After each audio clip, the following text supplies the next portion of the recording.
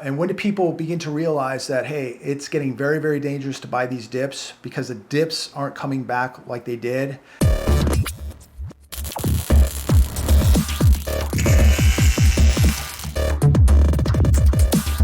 It's Thursday, May 19th, 2022. Well, here we go again, another volatile day on Wall Street. Dow Jones down 236 points, S&P down 22, NASDAQ down 30. If we don't see these markets begin to bounce back quickly, shortly, we may be in really, really big trouble here. This may be the beginning of something very, very serious. If these markets don't have a good bounce back tomorrow, Friday, I think there's a lot of people out there that will take this weekend and really think about pulling out of investment funds, cashing out their stocks, cashing out their 401ks, which people have already been doing. People are beginning to get very scared, very nervous with what's happening. And if we have another down day tomorrow or a flat day, I think a lot of people this weekend are going to say, hey, maybe this thing is going down. Maybe this is the beginning of a collapse. Maybe we better pull out of this market. Maybe it's time to cash out of these investment funds, etc. I don't know. Comment down below. Are most people just going to ride this out, or are people beginning to panic? Because I'm reading a lot where people now are cashing out. They're pulling whatever money is left in these markets, whatever's left in these investment funds that they have, and they're just getting out. Is that the right thing to do, or should people just ride it out and wait for things to come back? I don't know. What I do feel though, and from what I'm reading, is this thing has a long way to go down. Now, does that mean that it's not going to bounce back? We're not going to see some days where the market surge and we see a 400, 500, 600, 700 point gain on the Dow? That's very possible. But it seems like every time it comes back, we have a 5, 6, 7, or 1,000 point loss on the Dow. And it just doesn't seem like there's as much enthusiasm to buy these dips like there once was.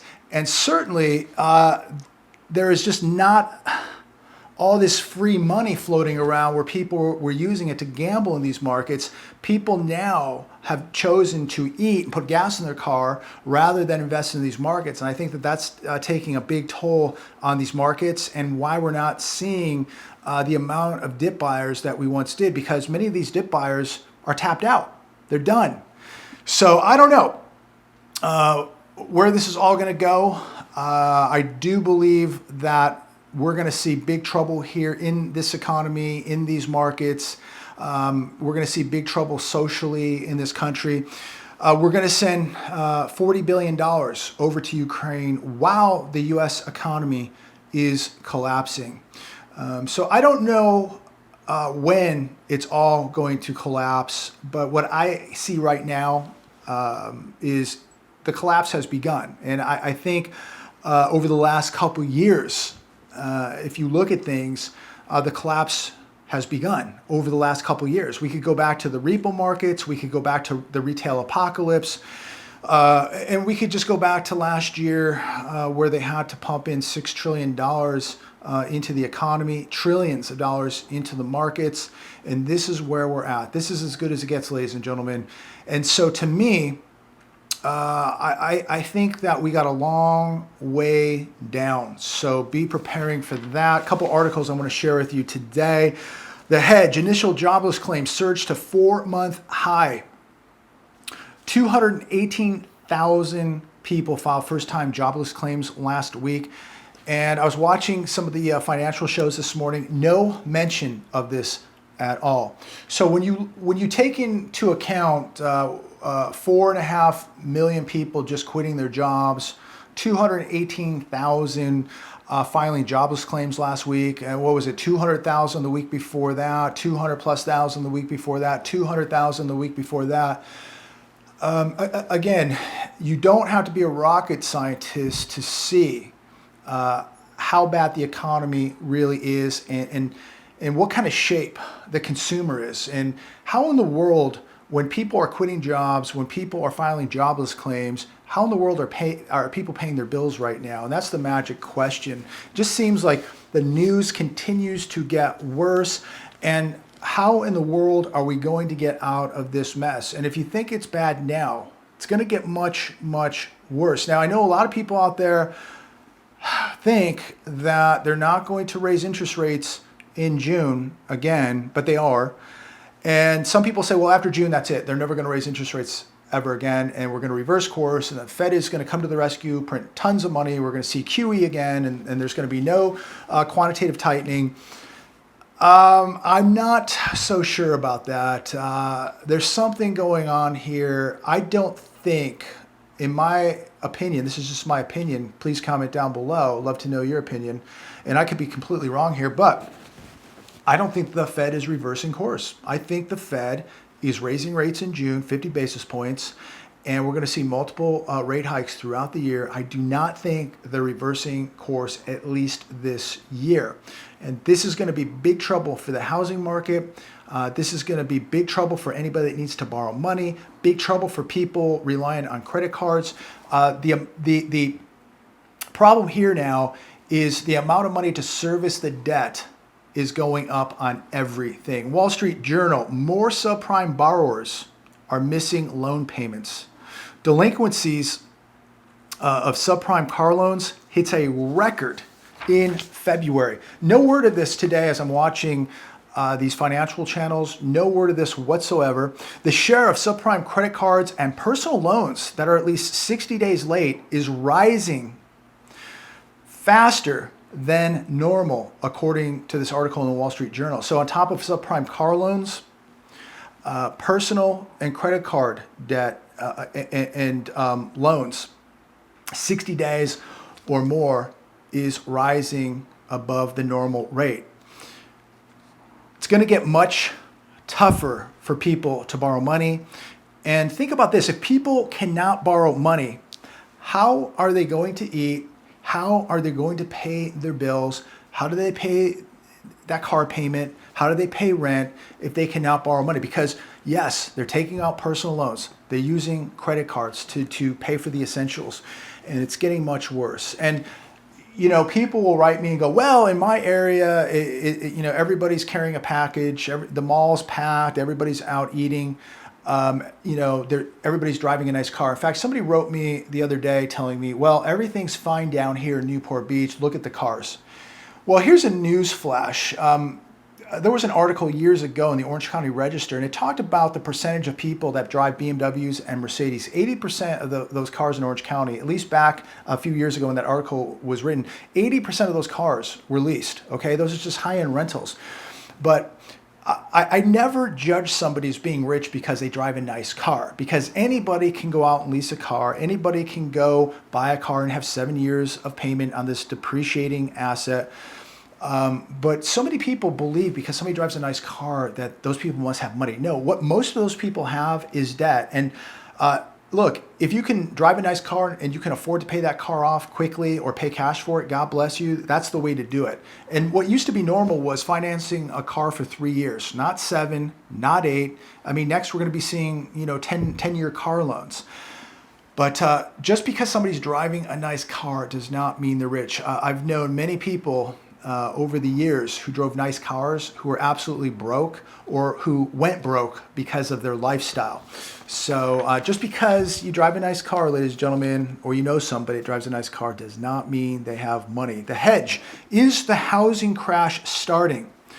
No doubt it's starting. We'll talk about that in a little bit, but a lot of wealth in this economy is going to be vacuumed right out through the housing market because we're going to begin to see equity decrease. We're going to begin to see equity in these homes disappear. And when that happens, people are going to have a wake-up call and they're going to find out that they weren't as rich as they thought. Again, most people are not putting down 50% or even 20%. A majority of these loans, government-backed loans, are 3% down. So most people have very little skin in the game. What they do have is 30 years of payments, a lot of debt. And when we look at what's happening in the housing market right now, and in this article, we talked about this about a week ago. They went on to some of these Twitter accounts of some of these builders, and here's what some of the builders were saying on Twitter with what they're seeing as far as the housing market and their sales.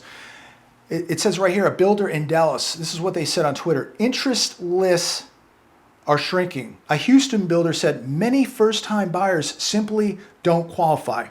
A San Antonio builder said traffic has been cut in half since rate hikes. Another builder in Raleigh said this: investor activity has slowed dramatically. Seattle builder said rates starting to knock people out of qualification.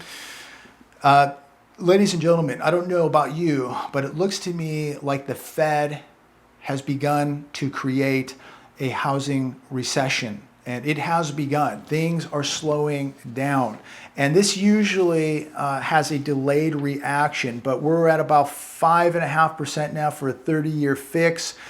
And this is pricing, or this is creating big trouble as far as qualification. It's pricing people out. People who could buy a house 2 years ago can't buy the same house today because rates aren't 2.8, they're 5.5. So they don't qualify, they're priced out. Article on CNBC: existing home sales fell in April to the lowest level since the start of the health crisis. Home sales are down 2.4% compared to March. They're down 5.9% compared to April of 2021. So again, we're seeing the air in this bubble beginning to be let out. And I truly believe that with all of the inflation, with the rising mortgage rates, with shortages, supply disruptions, the price of gasoline, they're saying, JP Morgan's saying that by August, that they expect to see the national average of gasoline per gallon at $6.20. That would be $8 plus here in California. What does that do to the housing market? Say it doesn't even go to $6.20. What if it goes to $5.75, $5.80, $6? Big trouble. This is going to be big trouble. And what a lot of people are now factoring in with the housing market is cash flow.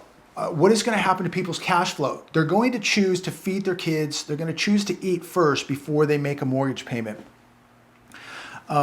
When people are being absolutely decimated by this inflation, fuel costs, energy costs, the price to heat and cool a house, the price to put food on the table for the 2, 3, 4 kids, it's going to be very hard to keep up with the house payments.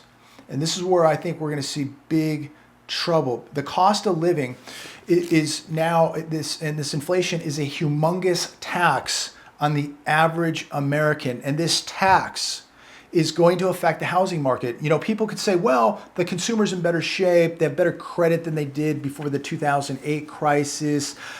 They're putting more money down, which they're really not. Again, 3% is not a whole lot of skin in the game, but they're not factoring this massive inflation tax that people are taking on and what impact that is going to have on the housing market. So people just are not really looking clearly at all the moving parts of this economy and factoring in what this inflation and what these shortages are doing to the average American. And in return, it's going to have a huge effect on how home sales and people who currently own a home able to keep that home with the skyrocketing cost of everything. Daily Mail: gas stations in Washington reprogram pumps to prepare for $10 a gallon fuel. I couldn't even imagine, and I don't even think we'll even talk about $10 gas right now, because if it goes to $6, it's game over, in my opinion. And right now, I was just out with my buddy, and people are out there driving around, but how long does this continue? What's the breaking point? Out here in California, it's $6 a gallon on average. People are driving around. Maybe in your area, it's $4 or $5. But what's the breaking point in your area before people just go, hey, I just cannot afford to drive? Here, I think we're getting very, very close to that. And we all know, you know, and I know, most people are just charging this. And then when the credit card bill comes, they're paying the minimum payment. So it's going to be very interesting to see how long this plays out before we begin to see really, really big cracks with the average American. U.S. economy softens in April. Leading index shows. The index fell 0.3% in April, and they blame this on less building permits. Another sign of what's happening to real estate. Well, the hedge.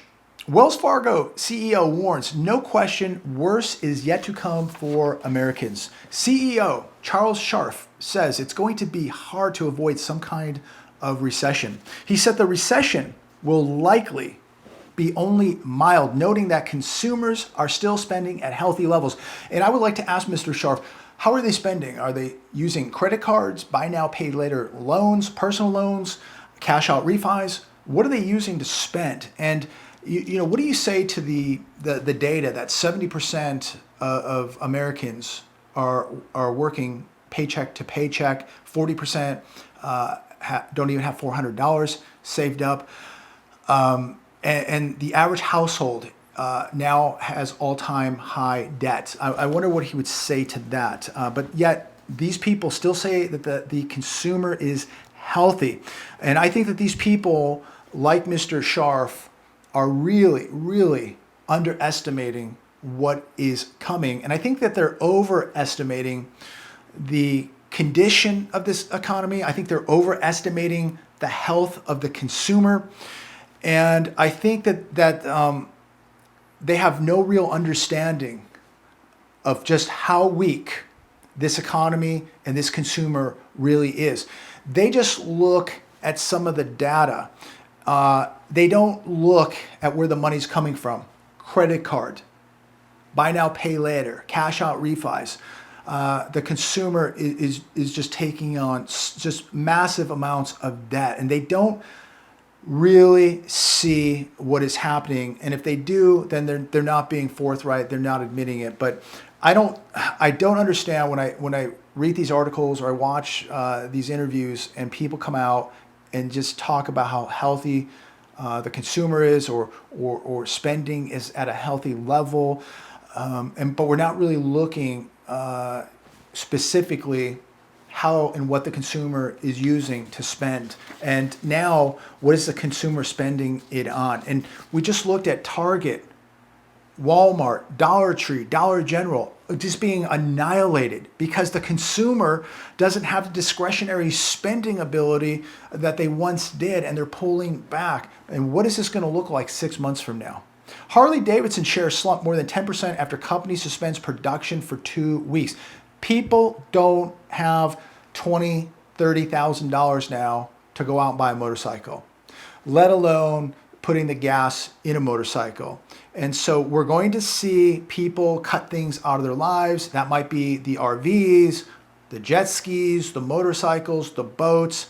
People are going to start cutting this stuff out. And I believe that we're going to see big sales with these type of vehicles and toys coming very, very shortly. The Fed has destroyed our savings. A very good article on the hedge today. If you get a chance, check it out. The last time a cash savings account yielded enough interest to beat inflation was back in 2007. An ounce of gold 100 years ago bought a beautiful suit. That same ounce of gold today buys the same beautiful suit. And I think, what was an ounce of gold 100 years ago? $20 maybe? I could be off a little bit, but let's just say 100 years ago, an ounce of gold was worth $20, right? You could go into a store with $20 and buy that beautiful suit, or you could take an ounce of gold and buy that suit, beautiful. Fast forward to today, in 2022, $20 would not buy the buttons on that suit. But why is it that 1 ounce of gold today, gold up about $25 today, by the way, I think we're at about $18.55, that 1 ounce of gold will buy you an $1,855 suit. It's a nice suit. If you have an $1,800, $1,900 suit, it's a very, very nice suit. But isn't it interesting how that 1 ounce of gold 100 years ago buys that beautiful suit, and today, 100 years later in 2022, That 1 ounce of gold still buys a beautiful, high quality suit. What's $20 buy you today? Here in California, it will buy you about 2.5 gallons of 91 octane at Chevron. That's what $20 buys you. So I'm going to wrap it up there. Let me know your thoughts. What are we going to see tomorrow? I really thought they were going to save these markets today. And the last half an hour, Dow Jones, NASDAQ were actually up and got crushed. And they've got to get these markets up tomorrow. I don't know if they will bring the plunge protection team in. I don't know if the Fed will come in and buy whatever they're buying tomorrow. I have no idea. I don't know what's happening behind the scenes, but you got to think they've got to try and do something. They can't have these markets going down every day. And when do people look at this and go, I'm out, I'm selling my stocks, I'm getting out of my 401k, I'm getting out of my investment funds, I'm getting out? And I'm not telling anybody to do that. I don't give financial advice, but from what I've been reading, a lot of people have already done that. And we know that a lot of the big money got out of these markets a long, long time ago. But what happens tomorrow? Will they save these markets tomorrow? If they don't, it's going to be an ugly weekend for a lot of people. But look, these markets will come back at some point, but for how long before they go right back down? I think that we could easily lose another 50% in these markets without a doubt. And that doesn't mean we're going to go straight down. Look, the market's going to go up, it's going to come down, it's going to go up, it's going to come down harder, it's going to go up, and it's going to go down farther. And that's what we're seeing right now. And when do people begin to realize that, hey, it's getting very, very dangerous to buy these dips because the dips aren't coming back like they did, and there's way too many dips, and they're dipping lower and lower, and they're just not going back up. And at some point, I really truly believe we could wake up one day and really see a massive acceleration in losses in these markets. Something could trigger that. There's a lot happening globally. Again, all it takes is a financial institution, a big bank to blow up somewhere. This whole thing is connected. All of these banks, the financial institutions, the global market, we're all connected. So if something blows up 10,000 miles away, it's going to affect us. We know these massive real estate development companies in China are in big trouble. You know, we see what's happening in Russia and Eastern Europe, Sri Lanka defaulting. Just there's so many warning signs, ladies and gentlemen. It's really, I mean, no doubt a very, very depressing time, but it's a time where you really, really have to pay attention. While people are watching basketball and football games, they have no idea what's going on. These are the people that are going to just absolutely wake up one day and realize they have absolutely nothing. They're wiped out. Right now, you've got to be paying attention daily. You got to be walking the walk. You got to be preparing and preparing every which way possible. Food, water, trauma kit, gold, silver, cash, extra pet food for your cats, your dogs, extra clothing. Everything you can think of. This is a time where you really have to critically think outside of the box and be aware that anything is possible now. Your power could go out for a week. Are you ready for that? 6 grids went down in Texas last week. Generators went down, and it's only May. My power was shut off last week for a brief moment. It's only May. You know, we talk about the possibilities now of cyber attacks. I mean, we don't have a lot of friends out there, ladies and gentlemen. It's a matter of time before we see a cyber attack here in America. Our grid is aging. It could go down for whatever reason. But you have to be ready for these type of events. Anything is possible. And be ready financially. If you're protecting yourself solely with paper, I think you're going to lose here.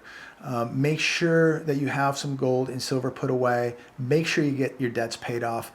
So many people in the comments just so happy that they got their debts paid down last year or got their debts manageable. And people, you know, in those comments also now realizing the danger of holding debt right now because they're drowning. And now they realize that they got big trouble. So in closing, get out there, get the debts paid down, get a side hustle, get 3 side hustles, whatever you can do. Companies are going to have to downsize. They're going to have to shrink in order to be able to get through what we're heading into. Okay, many companies have way too many people, too much fat, too much overhead. They're going to shrink down, just like you should be shrinking down. This is the time to be nimble. Rob Kiyosaki said this a long time ago. You want to be nimble. You want to shrink down now. You don't want a lot of overhead. You want to be able to move quick, change quick with this changing economy. And that's what a lot of companies are going to do. They're going to shrink. They're going to get nimble. They're gonna bring their sizes down, basically cut the fat, and in a way be more athletic to evolve and move with the changing economy. And that's what we all need to be doing too. And Rob Kiyosaki called it, he said that about 8 months ago. Get nimble, cut the fat, be able to move quickly. You don't want a lot of overhead. You just don't want a lot of debt right now. So you want to be able to react quickly. If there's something on sale, there's a deal, you can move quickly on it.